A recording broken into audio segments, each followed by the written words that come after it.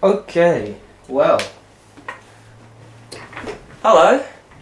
Thanks for doing this again, my name's John, and as indicated by my Weird Al shirt and my chromacopia cap, I am a bit of a music enjoyer. I like to play music, I like listening to it, I like engaging with it. It's generally something that I've known forever and I will never stop knowing, if that makes any sense. Music is my life. I can't stress that enough. It is the one thing that has stuck with me throughout my entire life. And so I thought today I've got some CDs here, and I've got some vinyl on the floor then. They're not in any particular order. There's some from, when I listened to when I was younger, some that I listen to now, some when I was a little babby. So yeah, I'm going to talk about it. And the first one I've got on top, not any order, but it is in some sort of order because this is the first CD that I ever bought. Michael Jackson's Number Ones. I was the biggest fucking Michael Jackson fan. It was so fucking ridiculous. I don't know. Well, I was fucking cuckoo about him. I don't know what was so amazing about him. He danced good and he sang good and he did the little moonwalk and he did this little and he was cool. And this was the first CD I remember buying with my own money. And I gotta say, pretty good collection. It's pretty good. I don't even know if my favorite. No, Remember the Time's not even on here. Remember the Time is by far my favourite Michael Jackson song. It's not even on this. On this. What the fuck? You can't have a Michael Jackson collection without Remember the Time. That song fucking slaps. But obviously I've, fallen out of love with Michael Jackson based on, I grew up out of it. And a bunch of other stuff, which I don't need to mention because it's fucking Michael Jackson. Come on. But yeah. First album I've ever bought. Next up, what do we got here? It's a fucking record. I collect records, by the way. That's the other thing I should have mentioned. Bob Dylan, Bringing It All Back Home. Not my favourite Dylan record. That's What Goes to Self-Portrait. Fucking love Self-Portrait. But this is a good starter Dylan record. Like if you want to get an idea of who the fuck Bob Dylan is, who the fuck is this weird gangly guy with the guitar and the stupid harmonica, this is a pretty good starting record. It's got a good collection of both some of his early folk stuff and some of his later rock stuff in the 60s. It's a good sort of fusion point. It was right before he made Highway 65, so it's in that in-between period. It's got Subterranean Homesick Blues on it, Maggie's Farm, Mr. Tambourine Man. Fucking love him. Fucking love Bob Dylan. He's such a freak. I love him. I only got into him around last year because a good family friend got me, I believe it was The Double Life of Bob Dylan by Clinton Halen, I think his name is. It's a big biography of his entire life between his birth and his motorcycle crash in 1966. And I gotta say, if you're even a fan of Dylan or you know nothing about him, I'd say give it a read. It's fucking fantastic. Putting this down now. What else we got? We got XTC, Apple Venus Volume 1. Of 1. They never made a Volume 2. Well, I think they did make a Volume 2. They just never... There wasn't any words on it. It was all instrumentals. So it doesn't fucking count. Fuck you, Andy Partridge. This one's got Easter Theatre on it. And I fucking love Easter Theatre. This album's got... I think... If it weren't for Skylarking, or maybe even their first record, the Black Album, I think it was, I would consider this to be their best record. It's fantastic. It's got fucking Fruit Nut. There's a song called Fruit Nut on it. This album's fucking good, and I can't even listen to it on streaming. The only reason I've got it on CD is because it's unavailable on streaming here in Australia. So this is the only way I can actually listen to it on CD. I'm pretty sure it's available in the UK and in America. So if you're in either of those countries, give Apple Venus Volume 1. And by proxy, go listen to the rest of XTC stuff. They're a fucking amazing band. Making Plans for Nigel, fucking love that song. Alright, what do we got next? Yes! Now, here we get to the good shit. Alive 2007, Daft Punk. Easily their best album ever. And it only works if you've listened to their entire discography. Well, it's like it really is like the final boss of Daft Punk. Once you've listened to all like the OG 3 records, the original trilogy, and Random Access Memories as well, obviously. This is the album you listen to and you go, holy shit! It's like they were all meant to go together. Easily, God. Okay, Daft Punk's easily my favorite band. I'm gonna say that right now. Easily my favorite band. Changed my whole view on how I view music, how I create music. It's the whole ordeal that maybe I'll get into, maybe in another video in the future, on how much I fucking love Daft Punk. But for now, I'm going to say Television Rules the Nation / Crescendos. It's probably my favourite track off of that entire set list. And also the final song, which is a mashup of, it's Superheroes, Rock and Roll, and Human After All. Which is fucking fantastic. All comes together. It's like it was all meant to go together across the 3 albums. I think that's a common conspiracy people have about the album, is that it was all meant to go together. Right, next one. What we got? Chromacopia, I'm like Pickle Rick. Chromacopia, I'm like Pickle Rick. This is the most recent album from Mr. Tyler the Creator, acclaimed rapper, artist, fashion designer, a bunch of other shit that Anthony Fantano says about him, I forget. People think this is his greatest album yet. That's recency bias on them. I think it's pretty good still, because everything he's still got. Tyler's been on a streak these past couple of years, and I think he's been on a streak probably since Cherry Bomb. Cherry Bomb's my favourite album of his, and he's been going on that streak for about 10 years now. Unstoppable. I don't know when he's gonna end his streak of good albums. Maybe never, because he's just fucking goated. Next one. Here's one I can talk about at length. Gorillaz, Song Machine, Volume 1. Of 1. This is the only one. This is the only volume of Song Machine there is. First of all, Gorillaz. Fucking love Gorillaz as well. I discovered them when I was about 11 years old, and I found the Clint Eastwood video online, and I was like, what the fuck is this shit, man? They're fucking not they're cartoons, and they're zombies and ghosts. What the fuck is this, huh? What the fuck? But and ever since then, I've been hooked. I saw them 2 years ago. I think it was in Sydney. It was at the Kudos Bank Arena, and it was fucking fantastic. It's still easily the best concert I've ever been to. It's not because they're one of my favorite acts. It is because there is such a level of charisma that's sort of, what's the word? What's the word? There's a lot of charisma in Damon Albarn and the band. They're all so fucking amazing. If you ever get the chance to go see Gorillaz, go see them. Anyway, let's talk about Song Machine now. This gradually came out. They came out in episodes every month, I think, of 2020. And that was a fucking ride. I loved Listen, you can say what you want about 2020. Easily the best part of 2020 for me was waiting for the new Gorillaz songs to drop every month from March. And I still love this album. I still think it's their best work they made post-Humans, or post-Comeback. So it goes. So Song Machine's at the top. Now, Cracker Island, Humans at the bottom. That's what I think. What's on here? Valley of the Pagans, Pac-Man, Pink Venom, Desolate, Aries. So the collabs are stacked. Fucking Robert Smith and Beck and fucking Elton John and Peter Hook are on here, and St. Vincent.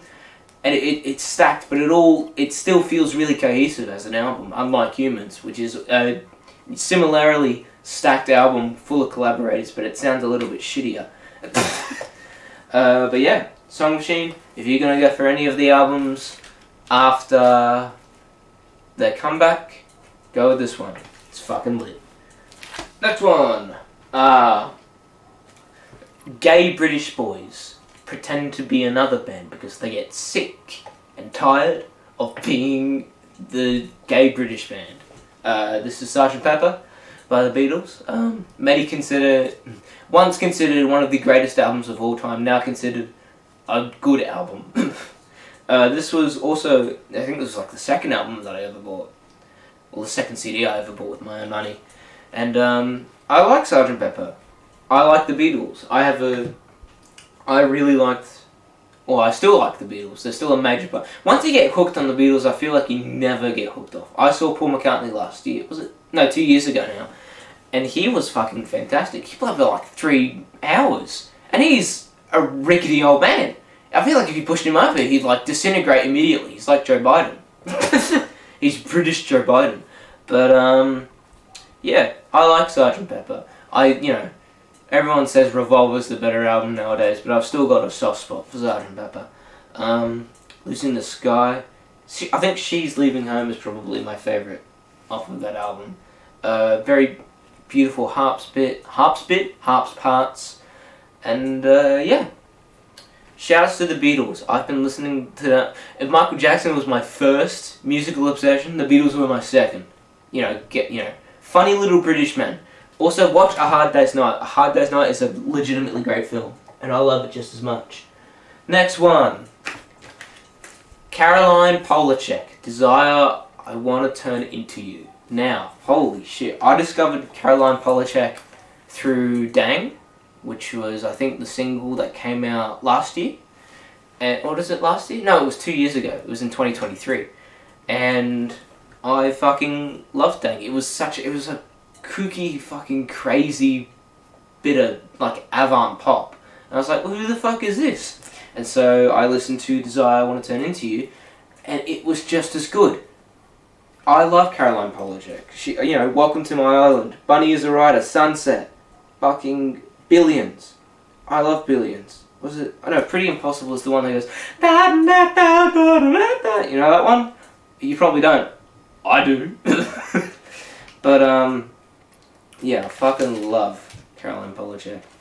I think if it weren't for, the crazy pop releases that came out last year with Sabrina and Chapel and Charlie, I reckon she's part of that. If it weren't for the big three, I reckon she would be part of the big four. Caroline, Chapel, Carpenter, Charlie. The 4 C's of pop of the pop world. Yeah. Desire, I Want to Turn Into You. Listen to it. It's fucking sick. Speaking of pop, and speaking of artists I've seen recently, I went and saw Kylie Minogue a couple days ago, by the time I'm recording this, and she was fantastic as well. And so I have here her self-titled Kylie Minogue, 1994. This was, I think, her first record she made after sort of shaking off that bubblegum pop image she had developed for herself in the 80s. And she is hot as hell on this album. There's a lot of hot songs. If you want hot girl pop, listen to Kylie Minogue. Confide in Me. I fucking love Confide. Confide in Me is my favourite Kylie song, full stop. But it is... Kylie is my dad's favourite pop artist. So I sort of, it rubbed off on me. So now I like Kylie just as much. She is incredible. She's an incredible human being. She knows how to put on a show. Gay positive. She's a gay rights icon. And yeah, I love her. Oh, Where's the Love Gone is another good one.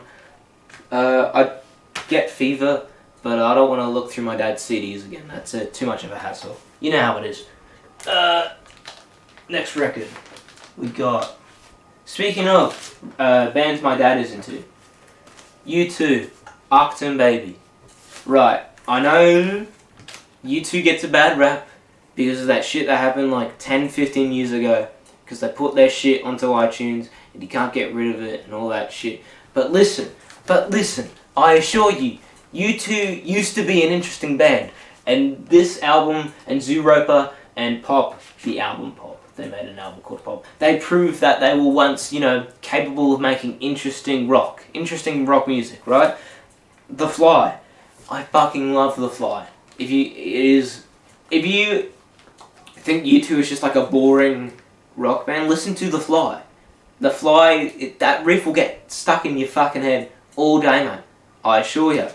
What else is on here? Ultraviolet, Love Is Blindness, fucking title track, No, there's no title track. Zoo Station is the one I'm thinking of. Listen to them. Listen to this album. This album's fucking amazing and it holds up to this day. There is so much on this album that still feels like it was made in like 2091. Like a full century ahead. I feel like we're still trying to catch up with Upton Baby and U2. I think U2 were a bit ahead of their time and that's why they started to make shit music later on. Final one, we're going to do an Aussie classic, in my opinion. Unit, Regurgitator. Now, I don't know if anyone's really heard of Regurgitator in other parts of the world other than Australia, but I assure you, Regurgitator is quite possibly, you know, in the talks as one of the greatest Aussie bands ever. Up there with probably Powderfinger and Spiderbait and Tism. There's a band called Tism in Australia and they are cult classic icons. Short for This Is Serious Mum. I don't think any of them actually have autism, I assure you, but it is called Tism, and that might be another band I'll talk about later. But Unit is such a wonderfully weird album. It's punkish, and there's a song called I Will Lick Your Arsehole, and then it ends with, and then the album ends with this really beautiful Beatles-esque, or Beatle-esque, like, chord progression, with just another beautiful story. And it's fucking fantastic. What it's about? Black bugs. Fucking love black bugs. There are black bugs in his video game, bro. Get him out of there. Get him out of there. Get him out of his video game. Get him out of there. But yeah, listen to Unit, and by proxy all of the other albums I've told you about.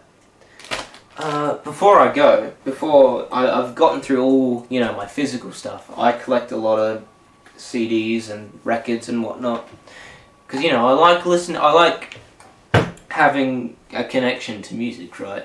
If you listen to a song on streaming, like on Apple Music or on Spotify or some shit, it doesn't have that same feeling as if you go out to the record shop and you get the CD and you plop it in your CD player and you go, wow, it's a great album. There's you know, Apple Music and Spotify don't really do anything for the artist anyway. It's like fucking 1 cent a listen. So you make at least $100 a year. Wow, impressive. But yeah, that's why probably I'm not good at articulating myself. I don't know if you've gotten anything from these videos, but I don't really articulate my words very well. I listen to a lot of my music through Music and through Midle, and I find new music through Triple J and Rage. And so Rage is a music video block on the ABC, on the government funded station. So that's fucking sick. We have a government funded music video block. Eat that shit, bro. We got MTV funded by the government, and it's sick. I fucking love Rage. There's some good stuff on there. I found a bunch of artists through there. I found fucking Viagra Boys. You know, you listen to that new song, Man Made of Me? I'm on the internet, he's a man made of me while you're on the internet looking at feet. Truly, he's a fucking Socrates of our time. The Viagra Boy. One of the Viagra Boys. What's another thing that I listen to? I listen to Radiohead a little, but like not to the point where I'm like obsessed with them. Like, I know In Rainbows, I like OK Computer, but I'm not like, oh, I love Radiohead! Oh, I love them! Oh, they're so good! You know? I don't have them down with me, because I didn't bother to get them. But, yeah. Hopefully, this has been a little... hopefully I've spoken a lot more...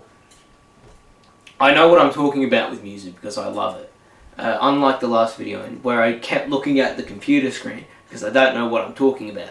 So, yeah, hopefully that's been, you know, you found something new through this video. If I can get at least one person to listen to one of these albums, or one of these songs, or one of these bands, I will be happy.